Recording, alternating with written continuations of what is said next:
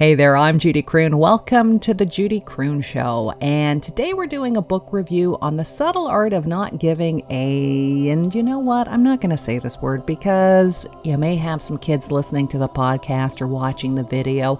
So I'm going to call it the subtle art of not giving a fork, okay? Or the subtle art of not caring.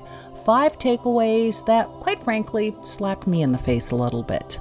I picked up The Subtle Art of Not Giving a Fork by Mark Manson, thinking it was going to be some sort of man cave handbook on how to become a carefree rebel who flips off stress like an action hero.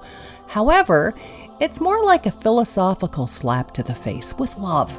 Manson isn't here to coddle you. He's here to shake you out of your own nonsense, all while swearing at you like, well, kind of like a comedian who just got cut off in traffic. So what did I learn? Well, here are my 5 takeaways from the subtle art of not caring. Number 5 for the subtle art of not caring. Happiness is overrated, and your problems are your fault. Okay, that's hard to swallow. I know. Surprise. You're not special. Life isn't supposed to be a 24/7 highlight reel.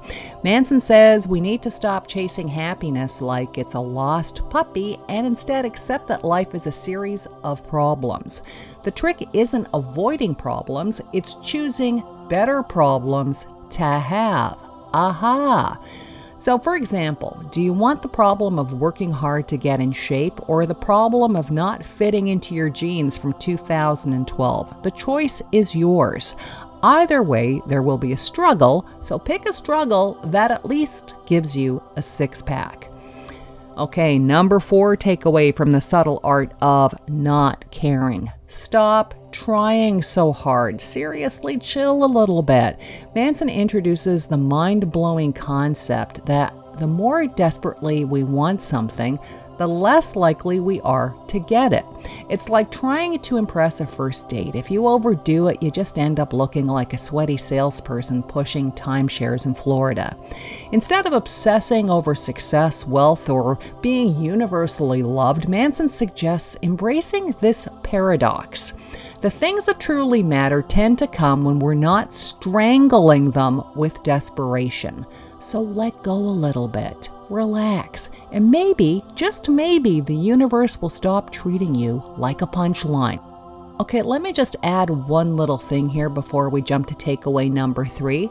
Let's just take a moment to appreciate the fact that this author's last name is Manson. A guy named Manson writing a book about not giving a you-know-what. Feels kind of on brand. But thankfully, unlike the other Manson we've all heard of, this one isn't trying to start a cult. Unless you call a group of people who stop stressing over meaningless garbage a cult. In that case, sign me up. Okay, takeaway number 3 from the subtle art of not caring. You're not a special person, but neither is anyone else. You know that voice in your head that says, you're unique, gifted, you're destined for greatness. Well, Manson politely suggests you tell that voice to shut up. Being human means facing the same struggles as everyone else. Your problems aren't new. Your suffering isn't groundbreaking. Nobody is waiting for your TED Talk on why my life is extra hard. Instead of clinging to a narrative of being extraordinary, Manson encourages to embrace mediocrity. Because in reality, most of us are just regular people trying to do our best. And that's actually pretty freeing. If you stop demanding greatness from every moment, you might actually enjoy the moments you get. Takeaway number 2 from the subtle art of not caring. Values matter more than feelings. Because feelings are drama queens. Okay, this is a pretty big takeaway. I'm going to say that again. Values matter more than feelings. We live in a world where feelings are queen. If you feel something, it must be true, right? Well, wrong. Manson points out that feelings are often about as reliable as a GPS that tells you to turn left into the lake. Instead of getting emotions to run your show, he suggests living by strong values. Choose values that actually make life better, like honesty, resilience, taking responsibility for your actions. If your values are things like, I must always be liked, or I must be successful at everything immediately, then congratulations, you've just signed up for a life of misery. And finally, number 1 from The Subtle Art of Not Caring. Learn the art of giving fewer forks, but choose them wisely. The grand takeaway, you know what, you only have so many forks to give, so don't waste time on every little thing. Not every opinion, problem, or inconvenience in life deserves your precious mental energy. Yes, the subtle art of not caring. Manson's philosophy is like a buffet of indifference. You can't pile everything onto your plate, so you better be selective about what deserves your stress.